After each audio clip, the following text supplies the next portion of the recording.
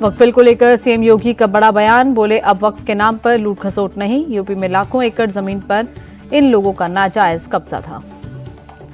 CM योगी बोले वक्फ board कुछ लोगों के लिए लूट का साधन बन गया था, वक्फ बोर्ड से किसी गरीब का कल्याण नहीं। वक्फ संशोधन बिल को लेकर आरजेडी ने सीएम नीतीश पर साधा निशाना, एक और पोस्टर जारी किया, लिखा ओ चाचा अब और कितना गिरोगे। मुस्लिम नेताओं के जेडीयू छोड़ने पर आरजेडी का तंज। शक्ति यादव बोले जेडीयू में उबाल और बवाल है, अल्पसंख्यक जनप्रतिनिधि बेचैन, वक्फ बिल मुस्लिम भावना के खिलाफ है। वक्फ बिल पर जेडीयू में मुस्लिम नेताओं के इस्तीफे के बीच सीएम नीतीश को मिला मंत्री जमा खान का समर्थन। बोले नीतीश ने मुसलमानों के लिए जितना काम किया उतना किसी और ने नहीं किया। मुस्लिम नेताओं की नाराजगी पर चिराग पासवान का बयान। बोले आपकी नाराजगी मेरे सर आंखों पर, वक्त बताएगा मेरा फैसला आपके हक पे है या नहीं। केंद्रीय मंत्री जीतन राम मांझी का बयान। बोले वक्फ संशोधन बिल किसी के पक्ष विपक्ष में नहीं, विपक्ष तुष्टीकरण की राजनीति कर रहा। जीतन राम मांझी ने कहा ये जो बिल पारित हुआ है वो ऐतिहासिक है, ये किसी धर्म के खिलाफ नहीं बल्कि एक खराब अर्थव्यवस्था के खिलाफ। वक्फ संशोधन बिल के खिलाफ आप विधायक अमातुल्लाह खान की सुप्रीम कोर्ट में याचिका। बोले बिल के जरिए मुसलमानों की धार्मिक और सांस्कृतिक स्वायत्तता कम होगी। वक्फ संशोधन बिल को सुप्रीम कोर्ट में चुनौती देने के मुद्दे पर बिहार के डिप्टी सीएम विजय सिन्हा का बयान। कहा जो लोग सदन के फैसले पर सवाल उठा रहे, क्या ऐसे लोगों को सदन में बैठने का अधिकार है। वक्फ बिल पर ओवैसी के बयान पर हरियाणा के मंत्री अनिल विज बोले ओवैसी अपना मानसिक संतुलन खो चुके हैं। वक्फ संशोधन बिल पर all India Muslim personal law board ने राष्ट्रपति द्रौपदी मुर्मू से मिलने का वक्त मांगा। पत्र लिखकर बिल पर मुस्लिम समुदाय की चिंता जाहिर की। वक्फ बिल को लेकर केंद्रीय मंत्री मनोहर लाल खट्टर बोले ये बिल मुसलमानों के हित में, वक्फ का कुछ लोगों ने बहुत दुरुपयोग किया। श्रीलंका दौरे पर प्रधानमंत्री नरेंद्र मोदी कोलंबो में राष्ट्रपति दिसानायके से प्रतिनिधि स्तर की वार्ता की। बैठक में दोनों नेताओं के बीच कई द्विपक्षीय मुद्दों पर बातचीत। मीटिंग में विदेश मंत्री एस जयशंकर और एनएसए अजीत डोभाल भी मौजूद रहे। भारत और श्रीलंका के बीच 7 अहम समझौतों पर मोहर लगी। पीएम मोदी बोले श्रीलंका सिर्फ हमारा पड़ोसी नहीं मित्र भी है। पीएम मोदी बोले भारत हमेशा से श्रीलंका के साथ था और आगे भी रहेगा, मुसीबत में भी हम श्रीलंका के साथ थे। पीएम मोदी ने कहा भारत श्रीलंका की आर्थिक मदद करेगा, दोनों देशों की सुरक्षा एक दूसरे पर निर्भर। श्रीलंका में पीएम मोदी श्रीलंका मित्र विभूषण सम्मान से सम्मानित। बोले ये न सिर्फ मेरे लिए बल्कि 140 करोड़ भारतीयों के लिए गर्व और सम्मान की बात। कोलंबो के इंडिपेंडेंस स्क्वायर पर पीएम मोदी को दिया गया गार्ड ऑफ ऑनर। राष्ट्रपति अनुराग कुमार दिसानायके भी रहे मौजूद।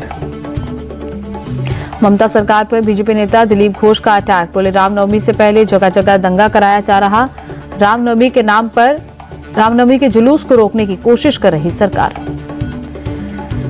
दिलीप घोष बोले बंगाल जैसी निकम्मी पुलिस देश में कहीं नहीं, हिंदुओं को अपने तरीके से पूजा करने का अधिकार, हिंदू समाज रामनवमी की शोभा यात्रा निकालेगा। दिल्ली के पूर्व डिप्टी सीएम मनीष सिसोदिया ने बीजेपी सरकार पर निशाना साधा। बोले बीजेपी की सरकार आते ही प्राइवेट स्कूल्स ने फीस बढ़ाना शुरू कर दिया। सिसोदिया बोले क्या बीजेपी की प्राइवेट स्कूलों से मिलीभगत है, जनता को लूटने का काम शुरू हो गया है। यूपी सीएम योगी आदित्यनाथ महाराजगंज पहुंचे, नौतनवा ब्लॉक में रोहिन बैराज का उद्घाटन किया। दिल्ली दौरे पर मध्य प्रदेश के सीएम मोहन यादव दिल्ली सचिवालय में सीएम रेखा गुप्ता से मुलाकात की।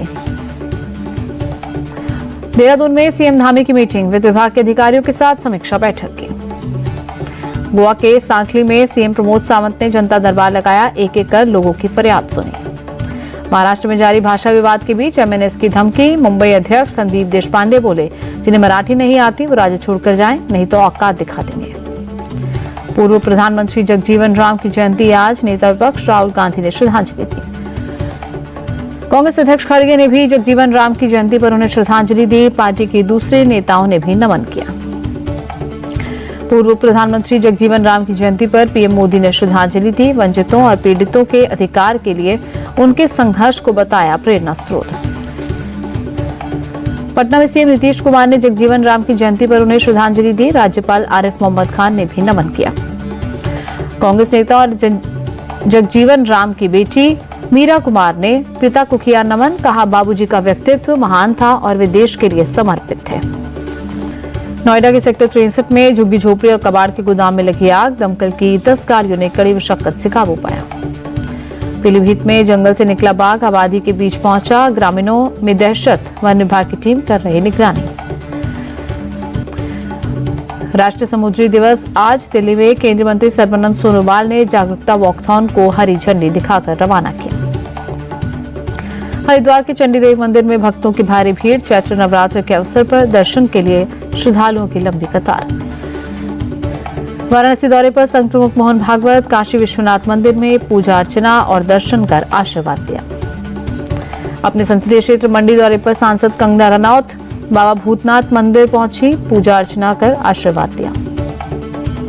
देश के विदेशी मुद्रा भंडार में बढ़ोतरी, 28 मार्च को समाप्त सप्ताह में 6.60 अरब डॉलर बढ़कर 665.40 अरब डॉलर हुआ। भारतीय रिजर्व बैंक जल्द ही 10 और 500 रुपए के नए नोट जारी करेगा। नए गवर्नर संजय मल्होत्रा के होंगे हस्ताक्षर। टैरिफ ऐलान से लगातार दूसरे दिन अमेरिकी बाजार 6% गिरा। 2 दिन में मार्केट कैप $5 ट्रिलियन घटा।